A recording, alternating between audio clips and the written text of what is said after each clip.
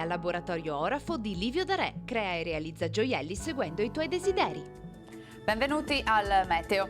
Ancora alta pressione sull'Italia con tempo soleggiato. Venerdì 4 febbraio una debolissima perturbazione sfiora il nostro territorio, ma il nord resta a secco. Vediamo la situazione nel dettaglio. Sul Veneto insiste la fase meteo stabile e siccitosa. Da molti giorni infatti non si registrano piogge degne di nota e nevicate significative in montagna. Cielo in prevalenza nuvoloso per nubi basse e foschie, sulle prealpi e sulle Dolomiti maggiori schiarite. Temperature sostanzialmente stazionarie, minime tra -1 e 5 gradi, massime comprese invece tra gli 8 e i 10 gradi all'incirca. Spostiamoci ora sul Friuli Venezia Giulia, anche in questo caso sarà più soleggiato sui rilievi, altrove frequenti addensamenti, non si escludono poi dei piovaschi su Goriziano e Triestino.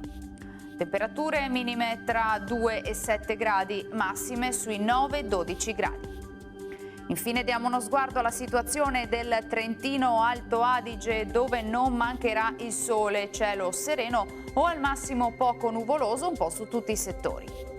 Temperature minime intorno a 1 grado, massime infine sui 12 all'incirca.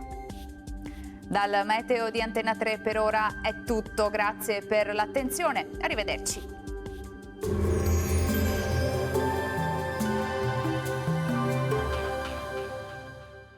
Gioielleria Laboratorio Orafo di Livio Darè. Crea e realizza gioielli seguendo i tuoi desideri.